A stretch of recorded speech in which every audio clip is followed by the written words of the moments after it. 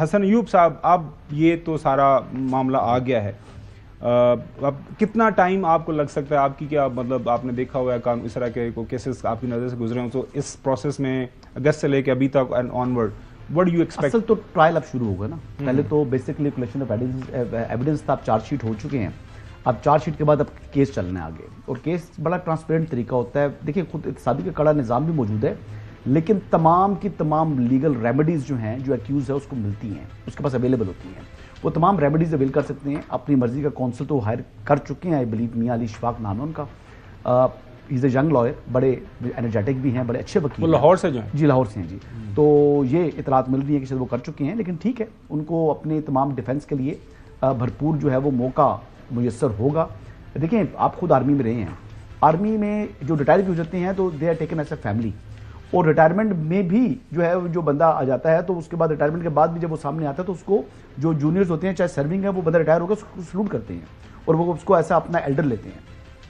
تو یہ بڑا مشکل تھا آرمی کے لیے جنرل فیض حمید کو کسٹڈی میں لینا، پھر ان کے اوپر جو چارجز. لیکن جب شواہد آ جائیں تو پھر ان کے لیے یعنی اس کے اوپر پھر کارروائی کو انیشیٹ نہ کرنا یہ بھی ناممکن ہے.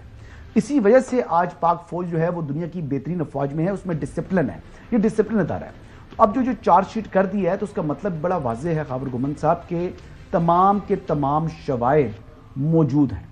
اب جو اس کے باوجود پھر بھی وہ کنٹیسٹ کر سکتے ہیں، ان کو یہ موقع ہے، بھرپور موقع کر سکتے ہیں. اب اس میں جو بہت چیزیں واضح ہو رہی ہیں، اس میں ایک تو آرمی چیف کی تقرری کا موقع ہے، اس کے ٹائم پر جو پروٹیسٹ کرائے گئے وہ بھی اس میں آ رہے ہیں معاملہ. اور اس کے علاوہ جو پریس ریلیز کے اندر تو نہیں ہے، لیکن آپ کے پاس انفارمیشن بھی ہوتی ہے، کچھ چیزیں بھی ہیں، وہ بھی معاملہ بیچ میں آ رہا ہے. اس کے علاوہ جو عمران خان صاحب ہیں ان سے انسٹرکشن لے رہے تھے جنرل فیض حمید، جی براہ راست لے رہے تھے.